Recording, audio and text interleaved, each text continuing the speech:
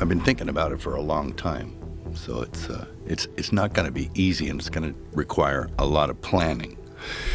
And I'm not wholly sure I can pull it off. Mel Gibson has had explosive confrontations, uncomfortable encounters, professional fallouts, and long-running controversies with some of the biggest names in Hollywood. Today, we're diving into 5 very different stories to uncover why Mel Gibson absolutely despises these Hollywood stars. The third one will shock you. Number 5. Winona Ryder. This story begins long before Mel Gibson's infamous 2006 arrest. It was a Hollywood party sometime in the 1990s when Ryder was already one of the industry's biggest young stars. She had gone from Beetlejuice and Heathers to Edward Scissorhands and Little Women. Gibson was already an established leading man, but according to Ryder, that night became etched in her memory for decades, and for all the wrong reasons. She later recalled that Gibson was really drunk and that she was standing with a friend who was gay when the conversation suddenly became offensive. Ryder's account, first published in her 2010 GQ interview, contains the detail that made the story explode. She said Gibson made what she described as a really horrible gay joke toward her friend, and when he learned that Ryder was Jewish, he allegedly referred to oven dodgers. Ryder said she did not even understand the phrase at first. The expression was a grotesque reference to the ovens used by the Nazis during the Holocaust, and the allegation was particularly personal for Ryder. She has Jewish ancestry and has spoken publicly about relatives who were killed during the Holocaust. The story might have disappeared into Hollywood folklore if Gibson's own history had been different. But years later, another incident placed Gibson's attitude toward Jewish people under a much brighter spotlight.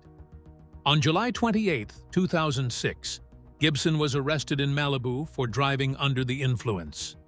During the arrest, he made anti-Semitic remarks to the Jewish deputy who stopped him. The remarks were recorded in the arrest report and became an international scandal. Gibson later apologized for his behavior and acknowledged that he had said unacceptable things. That later incident does not prove Ryder's earlier story, but it inevitably changed how audiences interpreted it. When Ryder first discussed the party publicly in December 2010, Gibson was already trying to rebuild a career damaged by his earlier controversies. His film The Beaver, directed by Jodie Foster, was approaching release, meaning the allegations arrived at a particularly sensitive moment. The Guardian noted that the movie had already been delayed amid the controversy surrounding Gibson. Then came the denial. Gibson's representatives rejected Ryder's account and said her allegations were untrue.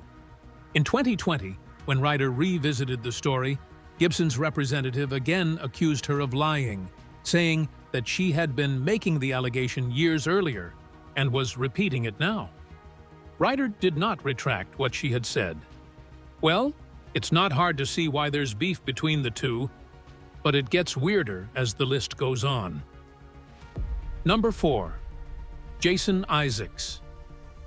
This story is different because Isaacs was not some distant Hollywood critic taking shots at Mel Gibson.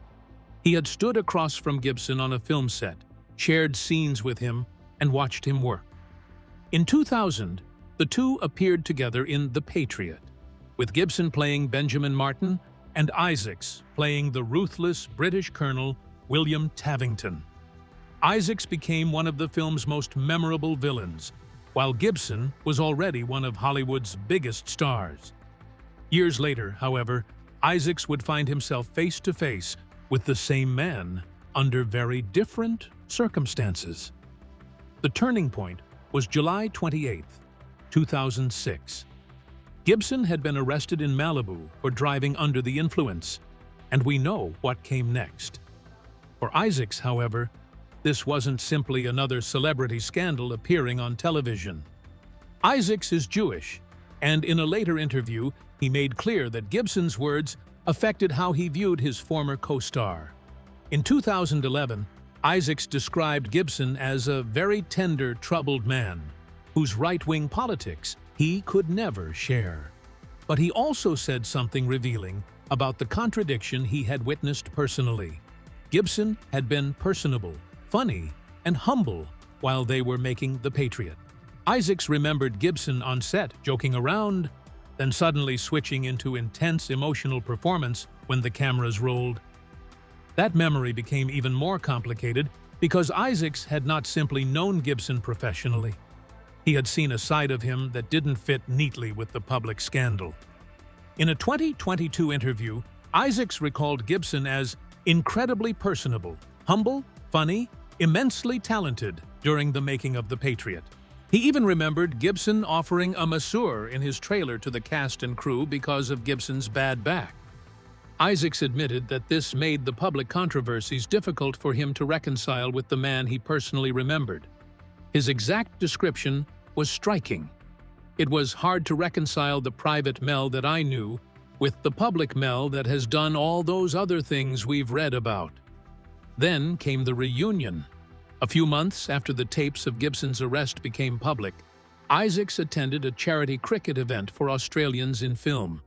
He had initially been reluctant to go because he knew Gibson would be there.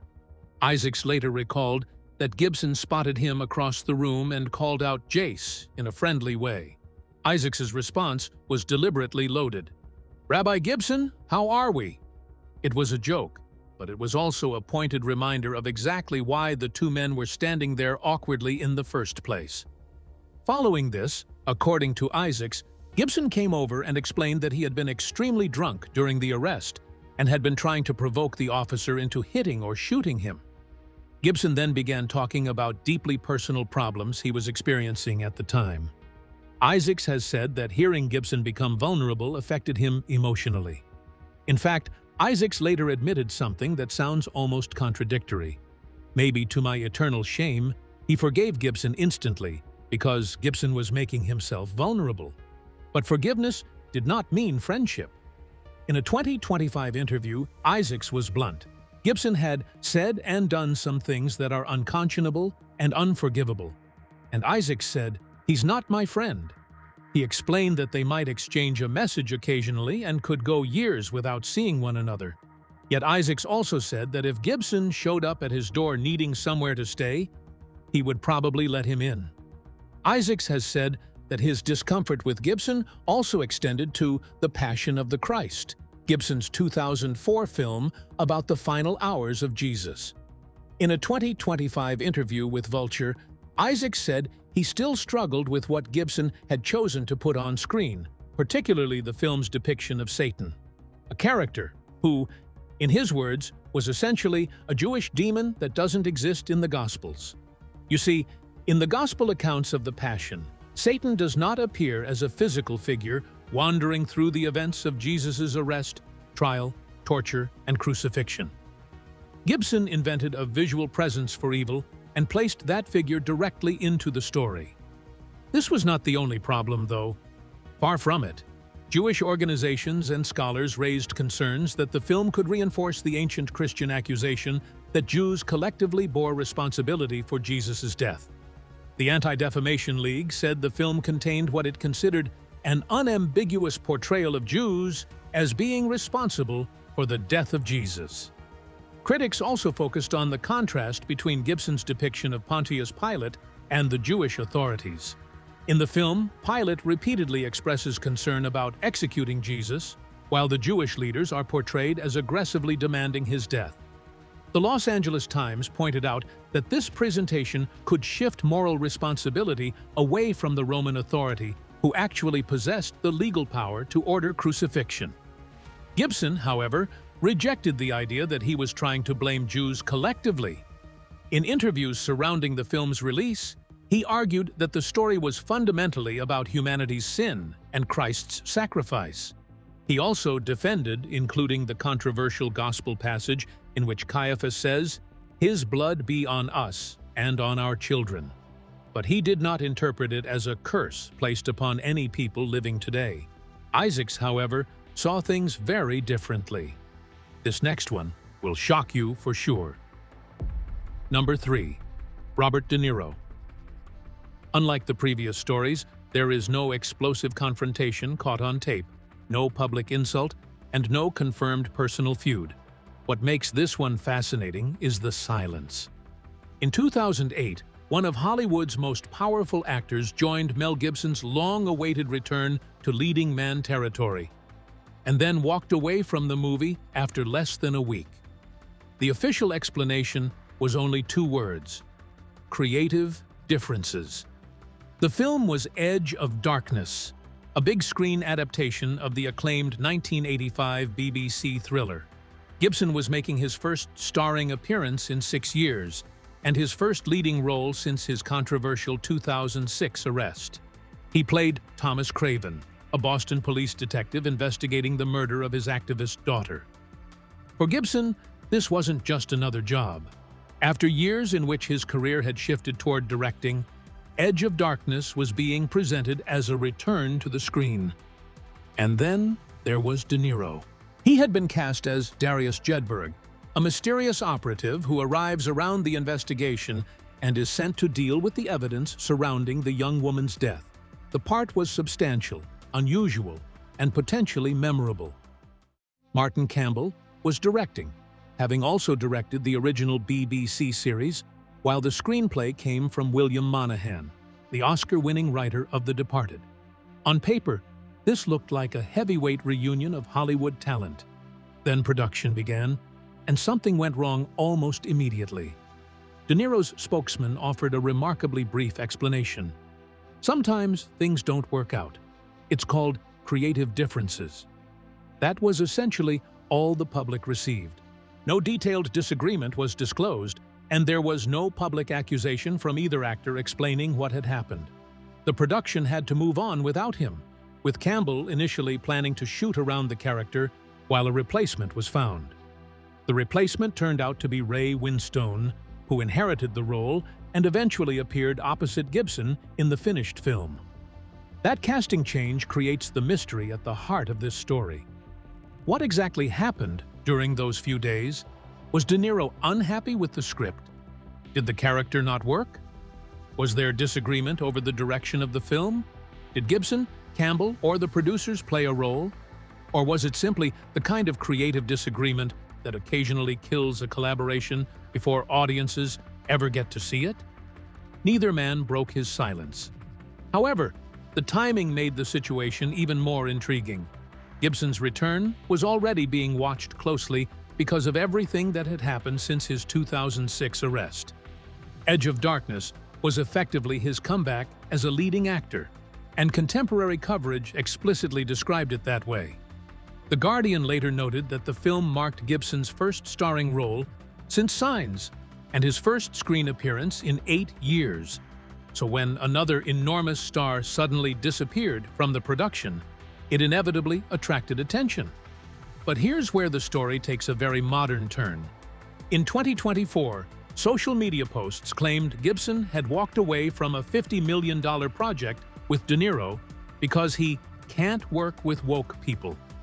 The supposed political confrontation sounded perfect for the modern culture war internet. Gibson on one side, De Niro on the other, ideology supposedly destroying a Hollywood collaboration. Except it never happened. Reuters investigated the claim and traced it to a website that openly describes itself as publishing fake news and satire. Gibson's publicist gave Reuters an unequivocal response. No such project exists. False information. And that actually makes the real story more interesting. There was a genuine Gibson-De Niro professional rupture. De Niro really did leave Edge of Darkness after less than a week, and the stated reason really was creative differences. What isn't supported is the claim that the two men became enemies over politics. This feud, or hatred, or whatever, exists more in popular imagination. Not so much in reality. Moving on. Number 2. Christopher Walken. This may be the strangest story connected to Mel Gibson anywhere in Hollywood. There was no screaming match, no lawsuit, and no public war between the two men. Instead, there was a rooftop, a casting conversation, a discussion about medieval torture, and a glowing red sign displaying the number 666. The story sounds invented for a supernatural movie, Except Gibson himself told it years ago in an interview with filmmaker Mike Figgis. And Gibson's conclusion was unforgettable. "Oh no, Chris Walken is the Antichrist." The meeting happened in New York, when Gibson was considering Walken for a role. Gibson explained that Walken approached him on a rooftop at the Peninsula Hotel, moving sideways through a crowd. Gibson remembered Walken wearing black and compared his movement to characters in old vampire movies who did not seem to walk so much as glide. You see, Walken had actually been a dancer before becoming one of Hollywood's most distinctive actors. Gibson said Walken's unusual movement initially frightened him, although he also described him as very graceful and a very smart guy. Then the conversation took an unexpected turn. Instead of concentrating on the screenplay, Gibson said he began talking about the Middle Ages, and Walken started discussing torture. Gibson was not exactly an unwilling participant. He admitted that he had read a book about torture and began trading examples with Walken, each apparently trying to come up with something more horrific than the other. Gibson recalled that his assistant was sitting nearby, but eventually the assistant had enough and left because he could not stand listening to the conversation anymore. According to Gibson, the atmosphere itself seemed to change. The air had turned cold, he recalled. At that point, Gibson says he had already decided that he did not want to work with Walken. But then, Gibson turned away from Walken's steady gaze and looked toward another building. On top of it, he noticed an illuminated sign showing 3 sixes in red. Gibson described seeing the sixes, then looking back at Walken, who he said had begun smiling. To Gibson, the coincidence was so perfectly timed that he turned it into a joke. "Oh no, Chris Walken is the Antichrist." The story came from a 1998 conversation with Figgis about the strange experience of casting actors. Figgis himself had apparently had an unsettling experience when Walken came to read for one of his projects, and the two filmmakers began comparing notes about Walken's unusual presence. But importantly, Gibson never genuinely believed Walken was supernatural, and there is no evidence that Walken and Gibson developed a sustained feud afterward. Gibson was telling the story humorously, and his Antichrist line was followed by laughter. The number 666 was a real visual detail Gibson says he noticed, but interpreting it as a supernatural sign was his own reaction. The story becomes even more ironic when you consider Walken's career. His unusual voice, precise movements, intense stare, and eccentric screen presence have made him one of cinema's most recognizable performers. He has repeatedly played characters who seem slightly detached from ordinary reality, from Max Schreck in Batman Returns to Gabriel in The Prophecy. Unlike the Winona Ryder story, there is no accusation of misconduct. Unlike Jason Isaacs, there was no later moral confrontation. Unlike Robert De Niro, there was no mysterious production departure. There was simply one bizarre meeting in New York, and the Antichrist label. Number 1. Sean Penn. Penn and Mel Gibson, two Oscar-winning actors, joined a movie that became trapped in a bitter fight over money, creative control, locations, contracts, and the final cut. And at the center of that storm was a film Gibson had been trying to make for almost 2 decades. The movie was The Professor and the Madman, based on Simon Winchester's book about the extraordinary origins of the Oxford English Dictionary. Gibson played James Murray, the Scottish scholar who helped lead the dictionary project, while Penn played Dr. William Chester Minor, an American Civil War veteran and former surgeon confined to an asylum after murdering an innocent man. Minor, nevertheless, became one of the dictionary's most extraordinary contributors, supplying thousands of words and quotations from inside the institution. The premise alone was unusual: a brilliant lexicographer and a convicted murderer, separated by prison walls but connected by language. Behind the cameras, however, the story was becoming considerably darker. Gibson had been developing the project for nearly 20 years, and his company, Icon Productions, entered into a co-production arrangement with Voltage Pictures in 2015. By the time filming began in Ireland in 2016, the movie had become a passion project for Gibson and director Farhad Safinia, who had previously worked with Gibson on Apocalypto. But the partnership began to fracture over something that sounds mundane until you realize what it meant: who actually controlled the movie. Gibson's lawsuit against Voltage, filed in July 2017, accused the production company of breaching its contractual obligations. According to the complaint, Voltage had failed to provide a final budget, had not secured a completion bond, and had refused to allow several critical scenes to be filmed in Oxford, England, even though the agreements called for Oxford locations. The Los Angeles Times quoted Winchester, whose book inspired the movie, making the point bluntly: "You can't have a movie about the Oxford English Dictionary and not have scenes at Oxford." Then came the most important battle of all, the final cut. Gibson alleged that Voltage prevented Safinia from completing a version of the film that could be submitted for approval, while also screening an unapproved version for distributors at the Cannes Film Festival. Safinia became embroiled in the dispute too. In August 2017, Voltage told the Los Angeles Times that Gibson and Safinia had failed to meet their professional and contractual responsibilities. Safinia responded with a defamation lawsuit, arguing that Voltage's statement about him was false. Meanwhile, Safinia had his own copyright dispute with Voltage over the screenplay. In March 2019, a federal judge granted Voltage summary judgment on Safinia's copyright infringement claim, finding that his screenplay work was performed as a work made for hire. However, despite all the rumors, there has never been any evidence that Sean Penn and Mel Gibson became enemies during the production. Eventually, the film emerged in 2019, but the journey had already become part of its mythology. What was supposed to be an ambitious historical drama starring two of America's most acclaimed actors had turned into a nightmare. A bad memory indeed. Well, that's it for now. Thanks for watching. Did you like this video?